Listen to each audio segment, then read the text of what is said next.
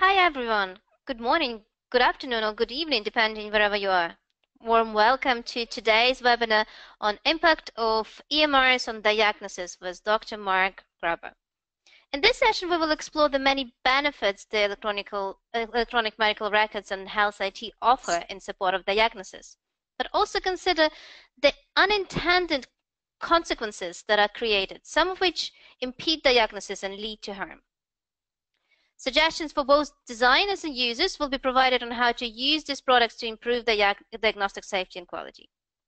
We are delighted to welcome back our today's presenter, Dr. Mark Graber, who is a Senior Fellow at RT International, Professor Emeritus of Medicine at Stony Brook University, New York, and President of the Society to Improve Diagnosis in Medicine. Dr. Graber is a national leader in the field of patient safety who originated Patient Safety Awareness Week in 2002, an event now recognized internationally. He's also a pioneer in efforts to address diagnostic errors in medicine. In 2008, he originated the Diagnostic Error in Medicine conference series, and in 2011, he founded the Society to Improve Diagnosis in Medicine. And in 2014, he launched a new journal called Diagnosis, devoted to improving the quality and safety of diagnosis and reducing diagnostic errors. Just to remind you that today's presentation will take approximately 4 to 5 minutes, and we'll have 15 minutes allocated for the questions. We will be taking some of the questions throughout the session, so if we have time, but majority of the questions will be left until the end. So if you have any questions, you have two ways to ask them. You can either type them into the chat or question box provided, or by raising your hand. If you do raise your hand, your mic will be unmuted and you will be able to ask your question live. We also will be using pause during this presentation, so your active participation is highly appreciated. Now, without further ado, enjoy the presentation, and over to you, Mark. Thank you very much, Juliana, and welcome everybody. Thanks for your interest in learning a little bit more about the electronic medical record and health IT and how it impacts on diagnosis. I'm here on behalf of our Society to Improve Diagnosis in Medicine. We're the only group focused on this. Our vision is that someday we will live in a world where no patients are harmed by diagnostic error. It's our belief that diagnosis should be accurate, timely, efficient, and above all, safe. If you do become interested in diagnosis and diagnostic error, I would encourage you to join our listserv, which is fantastic, or join our society. We would welcome your participation. So I have a little quiz for you to begin with. Do you recognize this gentleman? And I'm guessing few of you do, but he will become famous in our country if he's not already. This is Thomas Eric Duncan, the first patient in the United States diagnosed with Ebola infection. And he has a very interesting story that relates to health IT. His story takes place in the summer of 2014, which was right in the middle of the Ebola epidemic in West Africa. There had been alerts from our Centers for Disease Control to be on the lookout for this kind of thing. He appeared at an emergency room at a hospital in Texas with complaints of dizziness and nausea, severe headache, 8 out of 10 in intensity, and fever to 103 degrees. He told the nurse who triaged him that he had just come back from Liberia, which was an endemic region for Ebola. And the nurse put that in her nurse's note in the electronic medical record. The physician who saw the patient didn't read that note, didn't see it, didn't get that travel history of his having come back from Liberia, and thought he had sinusitis as the most likely diagnosis, discharged him to home. He returned 2 days later, ultimately to die of Ebola infection, and in that 2-day period exposed over a dozen people to Ebola infection.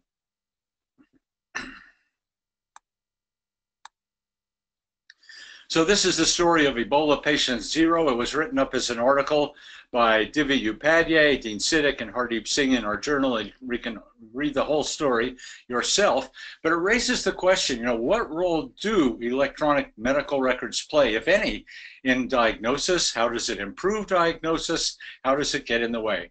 So the objectives for today's talk are to briefly review the problem of diagnostic error, discuss how health IT impacts diagnosis, and take a peek at the future in terms of what we might expect going forward. So what do we know about diagnostic errors? Unfortunately, the entire field was recently summarized for us in a wonderful report from the National Academy of Medicine called Improving Diagnosis in Healthcare. You can download the entire report or a very nice 4-page summary from the National Academy site. And just to summarize what's in that report, diagnostic errors are extremely common. They happen everywhere diagnoses are made, and they arise from the complexity of the diagnostic process and shortcomings in our cognition and system-related factors in our healthcare organizations. This is some research data on the incidence of diagnostic error. We know from malpractice claims data that it's the most common reason for somebody to file a malpractice suit. We know from using standardized patients, so these are secret shoppers that go out into clinics with classic conditions, COPD, rheumatoid arthritis, and the physicians get it right 87% of the time. They miss it 13% of the time. We know from chart reviews, a study from our colleague Hardeep Singh, that 1 in 20 primary care patients will experience a diagnostic error every year. And we know from autopsy studies that major unexpected discrepancies that would have changed the management are found in 10, 20, 30%. If we think about what the error rate might be in actual practice in the perceptual specialties, radiology, pathology, dermatology, it's in the range of 2, 3, 4, 5%.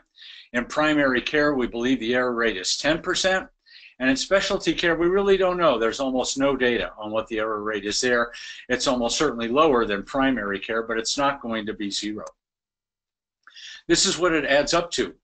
In the United States, 40 to 80,000 deaths a year from diagnostic error, which would place it squarely in the top 10 causes of death in our country.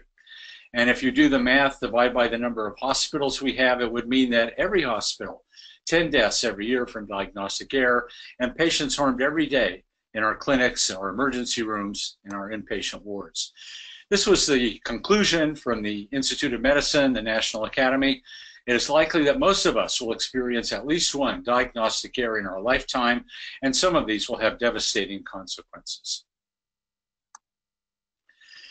Where do they happen? This is data from CRICO, an insurance company in the United States that collects malpractice data from around the country. So over half are in ambulatory care settings, which makes sense. That's where most medical care is delivered. There are plenty on the inpatient wards and plenty in the emergency department as well. The emergency department, as I'm sure everybody knows, is not the ideal place to be making a diagnosis. We call it the petri dish for diagnostic error. There are lots of distractions. There's pressure of time. The patients don't know the physicians and vice versa. Not the best place to be making a diagnosis. And another thing we've learned from these kinds of studies is it's not just rare conditions that lead to diagnostic error. Certainly if you have a rare condition, you're at risk, but by and large, most diagnostic errors are made diagnosing common conditions, anemia, asthma, COPD, and so on. Another colleague of ours, Olga Kostopoulou, summarized some studies from ambulatory care. And for example, there was a study of children with asthma. It took 7 clinic visits to document the diagnosis of asthma in children who were wheezing. Women with iron deficiency anemia, it took over 2 years to establish the cause of iron deficiency anemia. If you look at the malpractice studies, it's conditions like cancer, cardiovascular disease, infections. So common issues are the most commonly encountered kinds of diagnostic error. And why do they happen? Well, we're not here to beat up on doctors. We think it's amazing that we get it right 90% of the time, given the complexity, uncertainty that is encountered at every step of the diagnostic process. So there is variability in our patients and in our healthcare systems, which are getting more complex by the day, and even in our own capability and diagnostic performance. And how many diagnoses are there? There's over 10,000. If you look at the ICD system, over 5,000 lab tests. So the complexity is really overwhelming, and the diagnostic process is not to be taken lightly.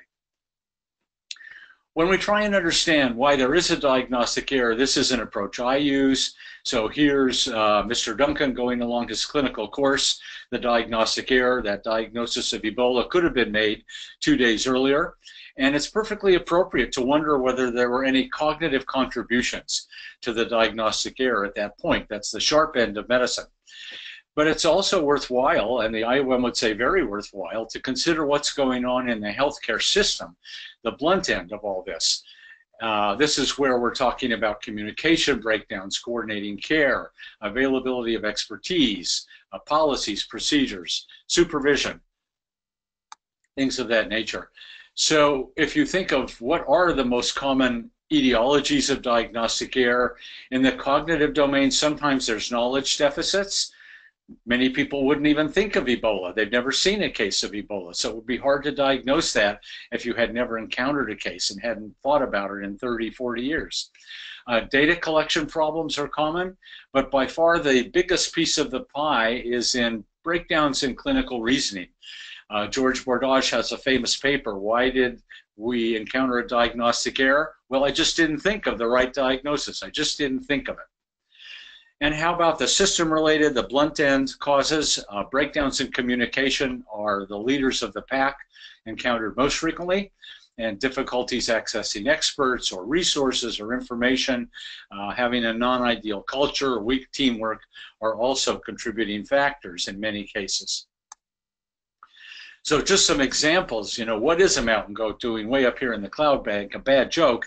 If you study aviation disasters or disasters in any industry, these context errors, we call them, are very common. So the pilot thinks they're at 10,000 feet. They're not. They're at 1,000 feet about to crash into the mountain.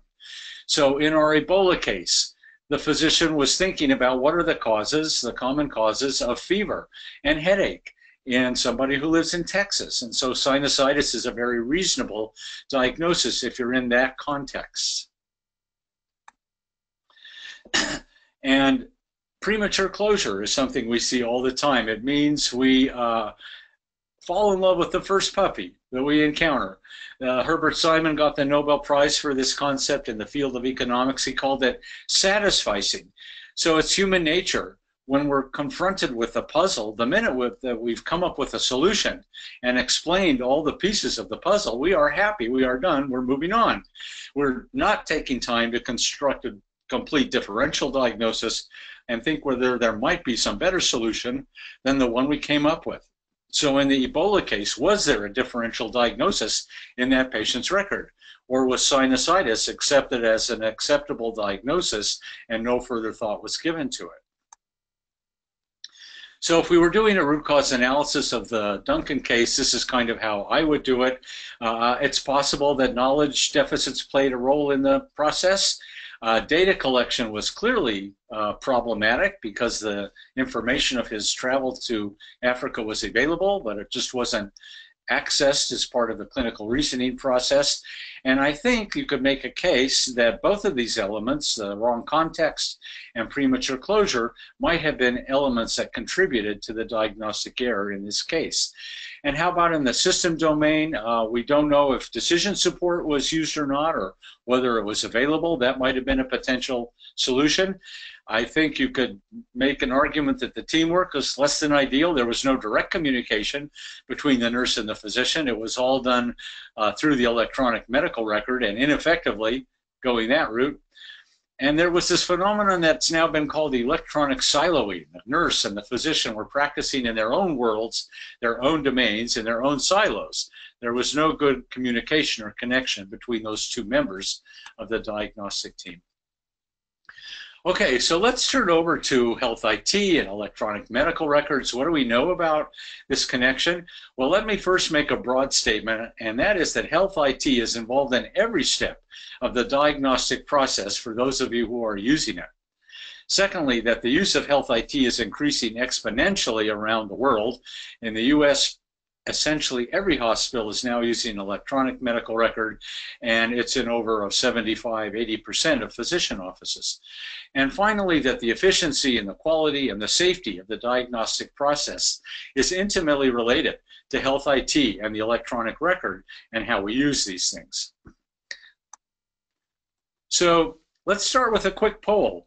I'll give you my opinion about all this in a minute, but what's your experience with the electronic medical record? Do you have one? Do you like it? Do you not like it?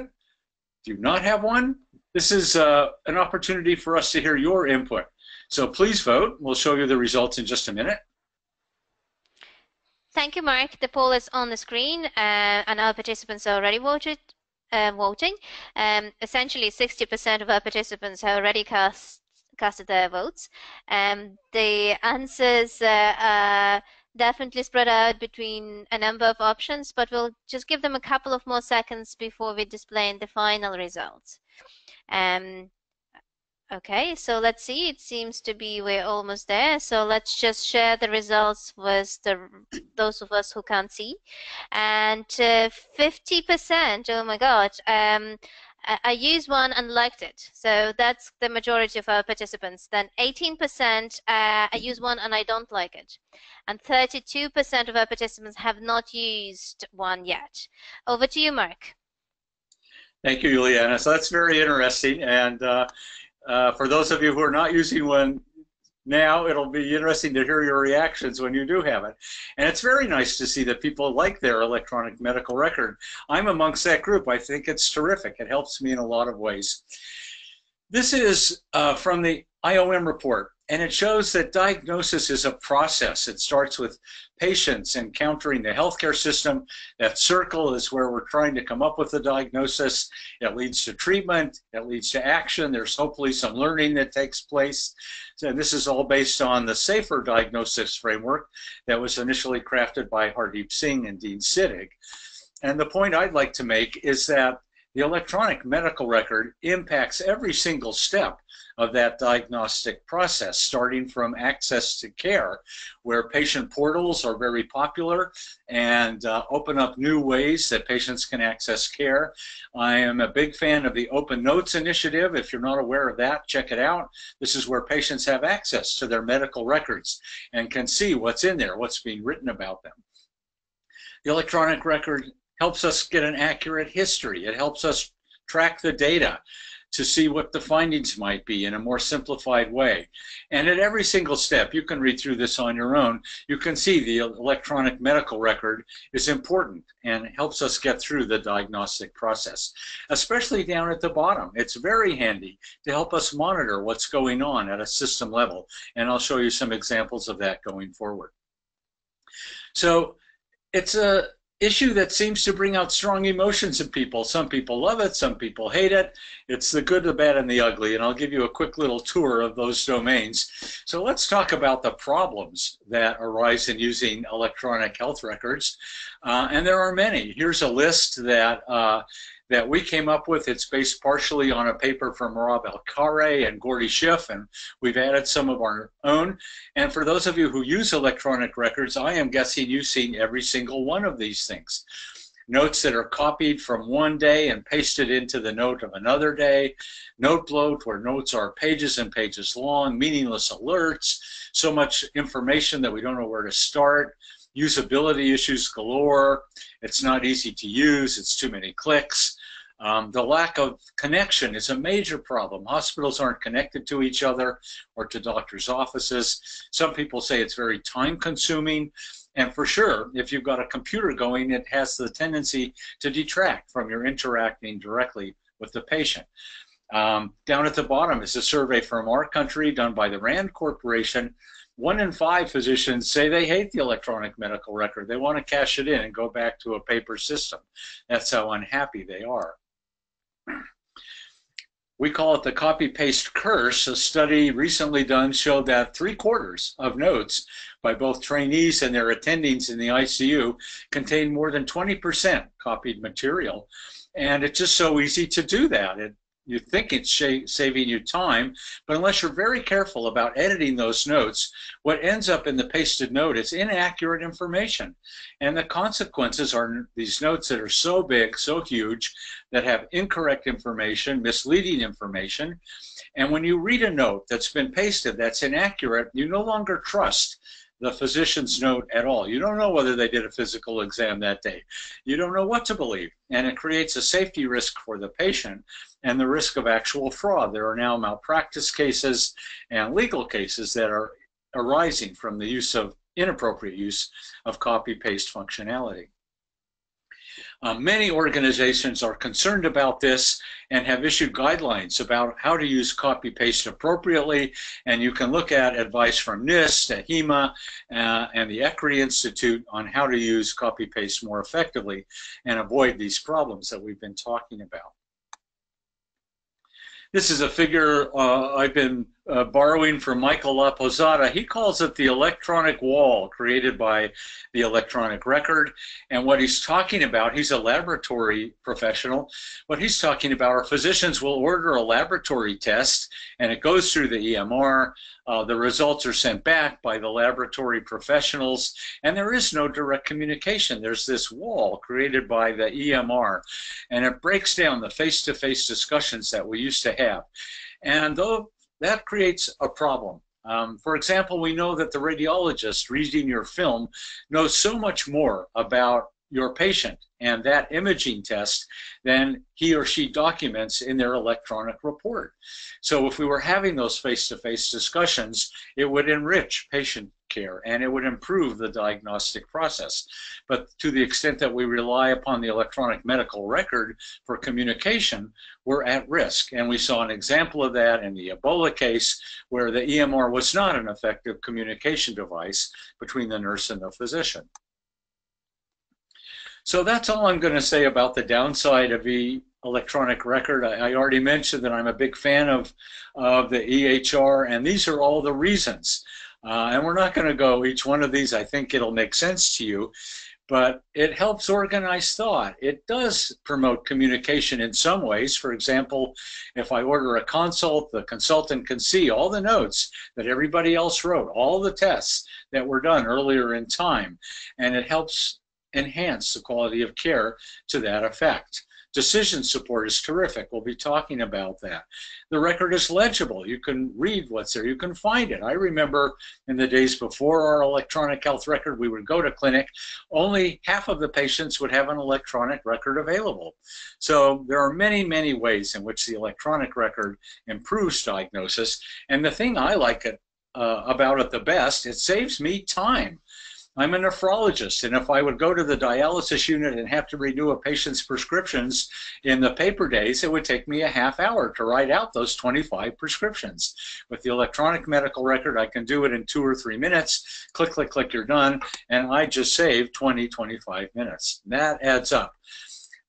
Many physicians would say time is the most important ingredient to successful diagnosis, and lack of time is a major factor contributing to diagnostic error. You're just too rushed. You don't have time to give it that's required. I mentioned Open Notes. If you're not aware of the Open Notes initiative, I would encourage you to become aware. It's a terrific opportunity to share what's in the electronic record with your patients. It promotes patient engagement, and there are many studies now showing that engaged patients have better outcomes. I mentioned that I like decision support. So these are just some examples. I have no financial interest in any of these, and they're all available to physicians to help you with differential diagnosis. I'll show you some examples of what I mean. This is Isabel. It's a web-based decision support system, and you put in the key findings in the case. So here I put in Mr. Duncan's key findings: fever, abdominal pain, and headache. And you can see that it asks for travel history. So if you put in West Africa here, what shows up within a second or two on the right is a differential diagnosis that may prompt you to consider things that you hadn't thought of. So right there, number 2 thing on the list is Ebola infection. So I don't know if Isabel was available to the clinicians in this case or whether or not it was used. If it was used, it could have prompted consideration of the correct diagnosis earlier in his course. This is a research study of Isabel, and it's interesting to me. It was done in a pediatric ICU, and you can see that left to their own devices, the residents got the diagnosis right 89.4% of the time. With Isabel, it went up to 92.5. And you can look at that and say, that's not much of a difference, and I wouldn't argue with you. But if you're a parent of one of those infants, or if you're a safety person, you would look at that and say, you know what, on their own, there's going to be 10 infants at risk for diagnostic error. But with Isabel, it's down to 7 or 8. And that's fantastic. That's exactly where we are in medicine today, in my opinion. We get it right 90% of the time, whatever the number is. And the question is, how are we going to get to 92%? How are we going to get to 95%? And this is one of the tools that we can use to enhance diagnostic accuracy and timeliness. Here's another one of those decision support tools, Visual DX. For example, in this case, if you put in 2 key findings, arthralgias and fever, what you get is a long list of possible diagnoses to consider, but you can search through that by type of condition or patient factors or different conditions or elements that might help you come up with a more meaningful list. And beyond that, it shows you what some of these things might look like if there are physical findings that might differentiate one entity from another. So a very powerful tool to help with differential diagnosis. And another feature that is particularly helpful is it shows you all the variants if you're considering a certain condition. When you go to medical school, you learn the most common presentation, the classical presentation, but in practice, it's much more likely that you'll see a variant. So these are all patients who have scabies infestation, but it can look so different from one patient to the next, and tools like Visual DX allow you to see that variability. This is a study done of the Visual DX system. 50 physicians were given 4 difficult cases. It improved their diagnostic accuracy, that's the yellow bars, and they improved their diagnostic timeliness. That's the data down at the bottom. It saved them time, and diagnosis was more accurate. And those are the 2 things we're aiming for. And everybody's wondering whether more sophisticated types of artificial intelligence will help us with diagnosis and differential diagnosis. And I'm quite sure the answer is yes, but it's not here yet. So I can't really show you studies where artificial intelligence has been particularly helpful. The one exception may be in imaging. Artificial intelligence is used routinely in the United States in mammography. It helps with detecting lesions that might have been missed in your own visual search. Someday it may be right in the middle of the diagnostic process, shouting out diagnoses that we didn't consider, but we're not there yet. And one of the reasons that we're all a little skeptical about the impact of AI, artificial intelligence, people are worried that it will displace physicians, and we all think that that's not the case. This is the socio-technical model that was created for us by Hardeep Singh and Dean Siddick, and it points out that it's more than just the software, it's everything. It's how familiar we are with it, how well we use it, do we know all the tricks, the quality of our IT professionals, the culture in our institution. All of these factors influence how successful we will be in using the electronic record and how successful it will be in improving the quality and safety of our healthcare. So it's much more complicated than just having better software. So we'd like to get a second poll and get your impressions on that. So I'm going to turn it back to you, Liana. And the question is, can using decision support improve the diagnostic process? Thank you, Mark. And you have the options on the screen for you to choose from. So the first one, yes, it can, and I use it regularly. The second one, yes, it can, but I rarely use it. The third one, it can, but it's not available to me. And the fourth one, it can't. So I would be interested to hear your point of view. So if you can cast your vote, and we will display the results shortly. 60% of our participants have already voted, and positive answers so far. So let's just give them a couple of more seconds before we display the final results.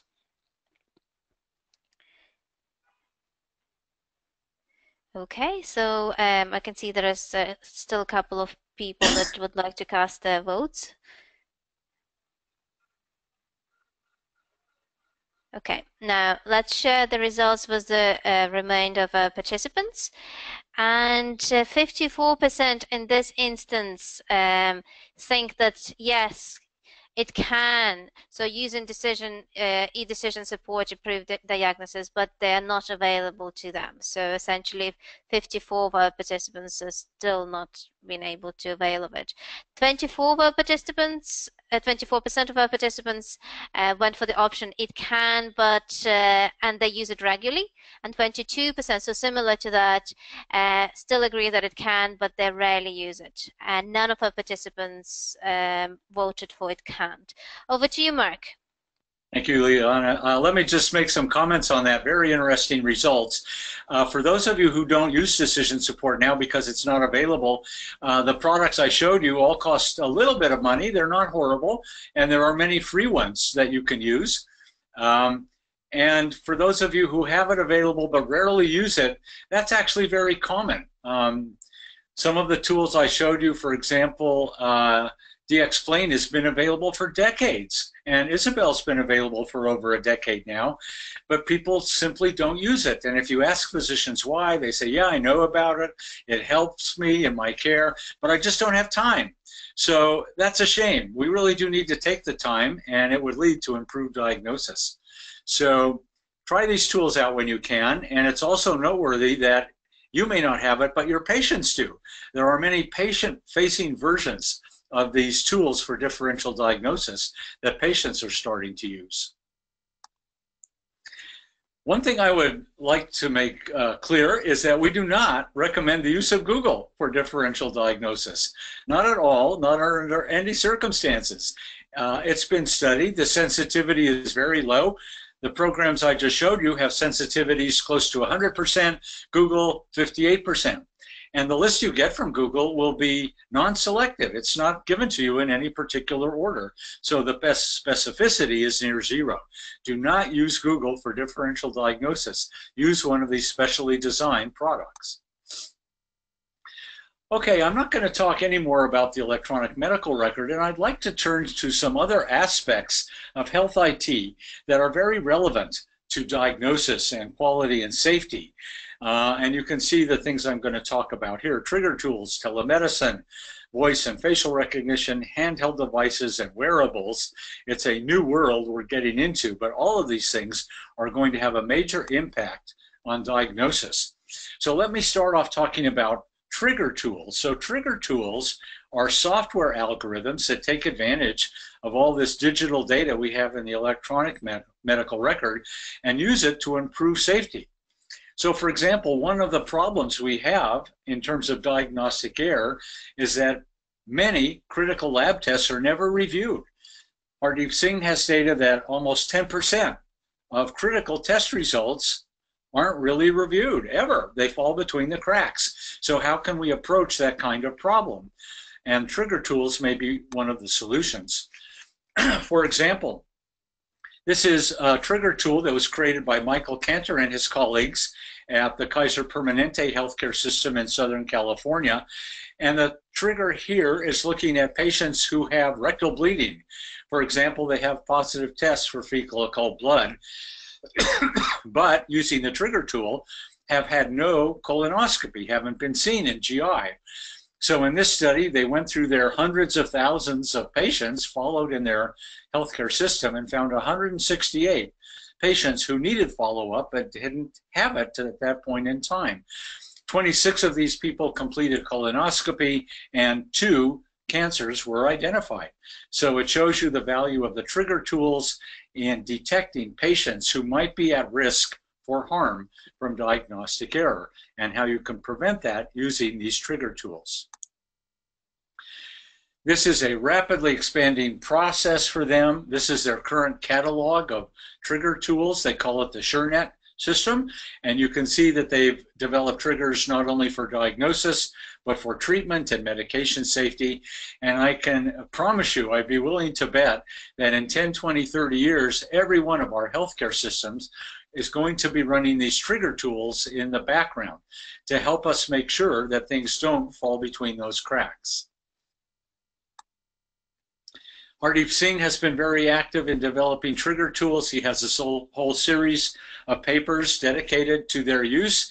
As an example, this is a paper describing an electronic trigger that looks at escalations in care to identify patients who are at risk for diagnostic error. Let's talk a little bit about telemedicine. So it's great if you can get to the physician, but many patients, and this is especially true in other parts of the world and even in the United States, have difficulty getting to a physician. They live in a rural area, or there's not enough physicians to go around. There is a very important role that telemedicine can play in improving the diagnostic process in these situations. The best example in our country is things like the Nighthawk system, where if there's no radiologist available for you at night at your hospital, you can contract with this company that has radiologists working around the world where it's daylight and can read your image in real time and avoid that delay that would otherwise occur. It's also very successfully used in many parts of the world, for example, for retinal imaging. Patients with diabetics can have an ophthalmologist look at their retina remotely, and it provides care that would otherwise be completely unavailable. So a very important way that diagnosis can be improved by health IT. And health IT can help us with the diagnostic process even more directly. This is a fascinating tool that's been developed to help you with diagnosis using a visual algorithm. And what they've done is scan the faces from photographs of thousands, at this point I'm sure it's tens of thousands of normal people, and analyzed our facial images, how far apart our eyes are, how big our nose is. You can see the kinds of parameters that are studied here. So they have this huge catalog of normality, and they've also scanned the faces from photographs of infants who have a variety of congenital conditions that present with abnormal faces. And you can see in this little diagram on the left that these map out separately. Here's a better image of that. So here's 7 or 8 congenital conditions, and they map out very distinctly to different areas on this type of graph, and you can see how that would be useful for diagnosis. For example, this young girl, with almost 100% certainty, has the Williams-Buren syndrome, a diagnosis that I would have had a very difficult time making had she walked into my clinic. And here's Abraham Lincoln, one of the US presidents, famously described by many people as having Marfan syndrome. But if you put his facial image through this program, you see that there's 5 or 6 other conditions that are actually as likely or more likely. This is a program that uses your voice to aid with diagnosis. It's called the Parkinson's Voice Initiative, and each of you can participate. You can go to their website, you read a sentence or two, and your voice will become part of their database. So they've accumulated hundreds of thousands of voice signatures from normal people and people with Parkinson's disease, and what they have found is that you can use voice recognition to diagnose Parkinson's at a much earlier stage than it would be recognized clinically. Very interesting way to improve diagnosis. These are all mobile health technologies that can assist with diagnosis. So on the upper right is the AliveCore device. It's a cover you can put on your smartphone, and you put it on your chest. So there's electrodes embedded in that iPhone cover, smartphone cover, and it allows you to record your EKG. On the bottom right is the ear check device. So in olden times, we would use an otoscope to look at a child's ear. It was difficult, sometimes painful, sometimes we didn't succeed.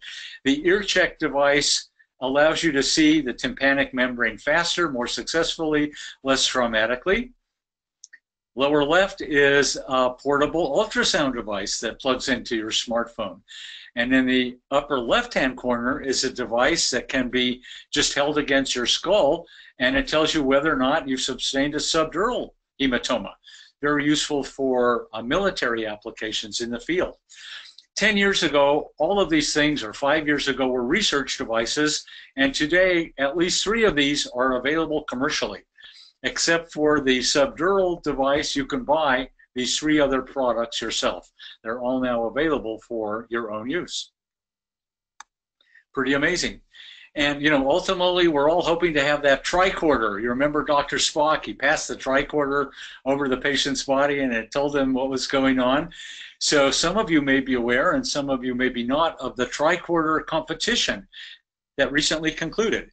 So this was a contest to see who could come up with a device that was tricorder-like. It had to be portable, weigh 5 pounds or less, measure 5 vital signs, and either diagnose or exclude the core conditions that you see here. Contest started in 2012, and the winners were just announced. So it was the Final Frontiers product, which they called the DXer. It plugs into a smartphone and accomplished all of those tasks that were set out for it by the X Prize competition. So we're not quite at the tricorder, but you can see that we're making a lot of progress. And this is a very dynamic field. Things are happening, advances are being realized every day. mHealth, mobile health, wearables. This is a headline from the Huffington Post. It's the coming revolution in healthcare. Pretty soon, patients will be able to wear devices that are sending us data in real time and allowing us to diagnose conditions that right now require them to come into the office for us to see them. And the future is especially bright in view of the advances being made in software development. There are applications, Smart, Fire. I'm not a techie, I can't explain these things to you very well, but they are technologies that allow you to develop applications that can access electronic healthcare data. They can be used across platforms, so they'll work with various different electronic medical record systems and will be useful in creating things like those decision support products that we saw that help us improve differential diagnosis and other aspects of the diagnostic process. So you will be hearing a lot more about applications that take advantage of Fire and Smart going forward. Let me just interject a note of caution here in this world that's so rapidly expanding. It's terrific to see, and we see the potential of all these things to improve diagnosis. Very few of them have been subjected to rigorous study and evaluation. And just to make the point, this is a study that just came out, a systematic review of healthcare information technology and whether it impacts patient outcomes. They identified 69 acceptable articles. None of these, not one, focused on diagnosis. So there is a lot of research work that needs to be done to let us know which of these products work, which ones work the best, and how we can use them to best advantage. So what would we like to see going forward? This is a list I put together, and many of these things were based on previous lists from Gordy Schiff and Rob Elkare and others. These are the things I would like to see in our electronic health records in the future. It was in an article that was recently published in our journal, Diagnosis. So definitely applications to promote patient engagement, better templates. I'd like to see more lab tests presented as a graph instead of just textual data. Decision support products I think are going to be very valuable. I'd like to see a lot more trigger tools, applications to close the loop, prevent things from falling between the cracks. I'd like to see applications that improve communication, not detract from it. And I think we'll start to see applications that have that kind of functionality very soon. And it's going to be very important to develop tools that use the information in the electronic record to monitor the diagnosis, the diagnostic process. Is it timely? Is it correct? We don't yet have applications that tell us those kind of things, but I think we will very soon. And if you're not aware of it, everybody should learn about the SAFER guides that were developed on behalf of the Office of the National Coordinator in the United States. There are 9 different SAFER guides that describe various parts of using health IT, from considering which system to buy, how to install it, how to configure it, and how to use it, that emphasize safety. So this is the best advice out there on how to use health IT to improve safety and how to use these products in a safe manner. every organization that is using health IT should be aware of and have gone through these safer guides to use it more effectively and to avoid problems. So what's our prognosis? Well, I think in the short term, we definitely have a lot of problems that I think we would love to get beyond, and I think we will. We just have to, take advantage of all the advances that we will be seeing very shortly. And we need to address all these factors that are so frustrating and detract from diagnostic quality and safety. But I think in the long term, the prognosis is very good. There's so much progress being made. There's so many good people working in this field that in the very near future, we're going to see health IT products that improve diagnosis in meaningful ways and improve the quality, efficiency, and safety of the patient care that we're delivering. And we certainly need to do this. This is the mandate that we received in that report from the National Academy. Improving the diagnostic process is not only possible, it's a moral, a professional, and a public health imperative. So that's the conclusion of my talk. Thank you so much for your attention and your interest in all this. I'm going to turn it back to Juliana to see if there's any questions or comments that people may have provided. Thank you so much, Mark, for this fantastic presentation. And yes, indeed, we do have a number of questions from our participants there already. However, just a reminder of the participants, we still have time for some questions. So if you have any questions, you can use the chat facility provided to type them in or just raise your hand. We'll start from the first question here from Nilfar Rahmanova.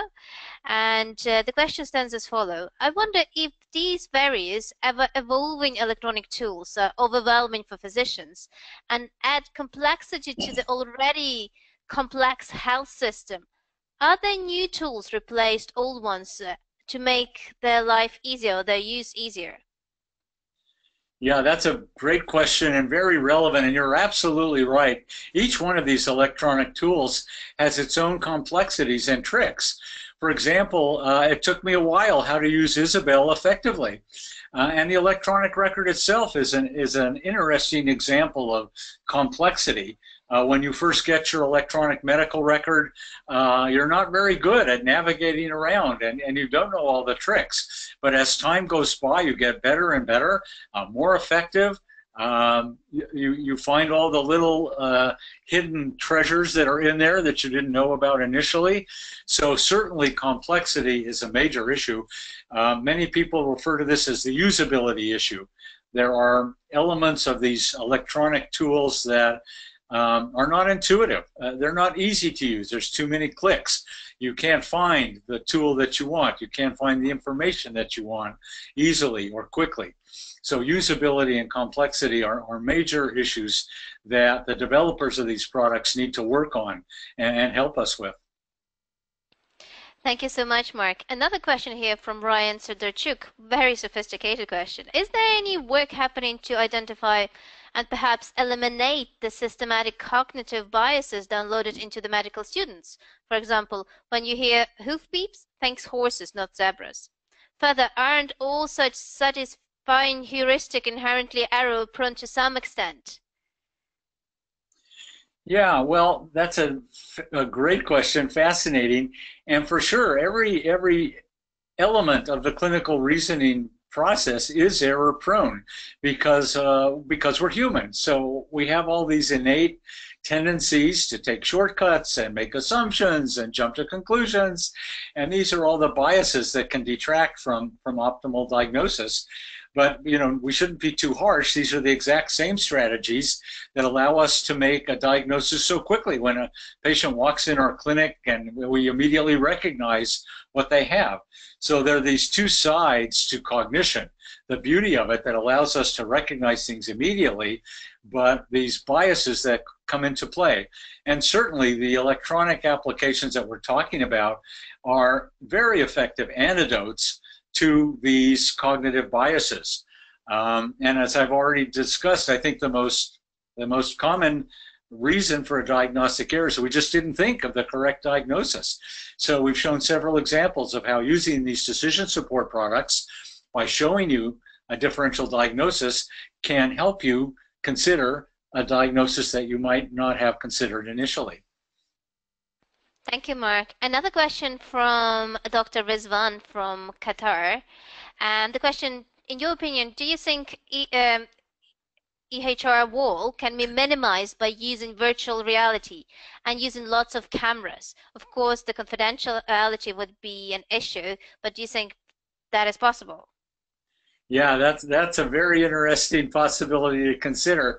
I haven't seen any virtual reality applications yet in the medical domain, but I'm guessing there are many, many people working on that, and we can use our imagination to think of how that might be applied. Fun thing to think about. Thank you so much. And another question, a more practical one from Alaposi. She's asking, can you tell us an example of a tool like Isabella that is free to download? Um, you can Google decision support products or symptom checkers. I think is probably the best thing to Google, and this is one of the things that Google really is good for. So if you Google symptom checkers, it will show you all the products out there. There are over 100 at last count, and the vast majority of them are free. The products I mentioned all have a small cost associated with them, but they are higher quality in my opinion. So, absolutely, you can experiment with one of the free ones and see if it meets your needs or not. Or maybe you can talk to your healthcare organization about purchasing one of the other ones. Thank you, Mark. The next question is from Mohammed Jaluli, and he would like you to expand on the open notes. So, can you please explain the concept of the open notes and the benefits of the open Yeah, notes? sure. So without open notes, the electronic medical record is something that you can see as a physician, but unless you turn the computer screen around, your patient isn't seeing any part of it. What Open Notes does is it allows patients from their home to access their electronic medical record, or at least the major parts of it. So they can see the note that you wrote at the clinic visit, they can see their discharge summary, they can see their lab test results. And the beauty of this is it creates a safety net.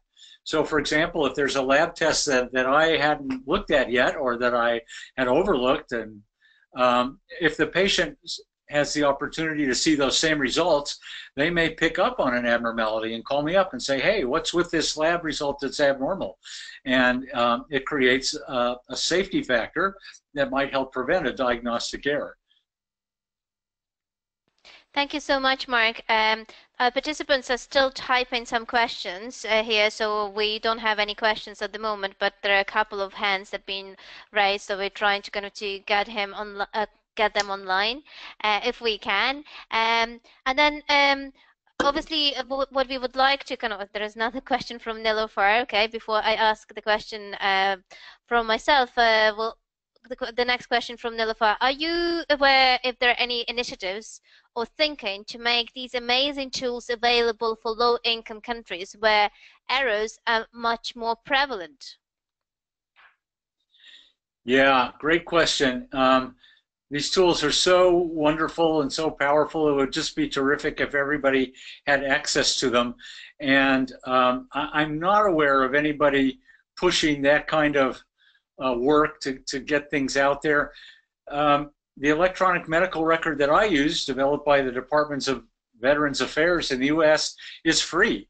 So really any country or any organization could use that same electronic medical record without charge. There would certainly be a cost to installing it and configuring it, but you wouldn't have to buy the software.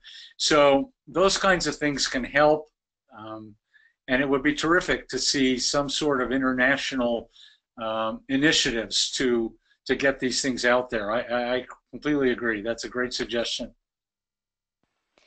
Thank you. And another question, very similar to the previous one. This time it's from patients from Tanzania. Um, so, Mark, I'm based in Tanzania, where electronic health records is just coming up now. Would you have an idea through your research and experience of how easily acceptable this is in our low-resource governments? Would you also know of any ethical consideration to make for open notes for patients living with HIV? Yeah, thank you for that question. It's not an easy one. There has been a huge debate in our country about making, for example, data available like HIV testing. Um, should patients have access to all their laboratory tests? And it's a very difficult question. Many healthcare organizations have decided that those kinds of results will be made available to the physician first, so that the physician can contact the patient, and not allow the patient to see it immediately at the same time that the physician does. And other organizations have taken the leap, and they've just made it available to everybody. And it could be a little shocking to patients to see something like that. But hopefully the physician would have given them forewarning. You can tell your patient, we have an open system and you'll be able to see these results at the same time that I do. So, if you do have HIV infection, it's good that you find out about it, and it's going to be a little shocking, but the important thing is that you do know the result. And, if you have that kind of discussion, I think it might ease the pathway. Thank you, Mark. The next question is from, you have highlighted a number of tools in terms of improving diagnostic safety and quality.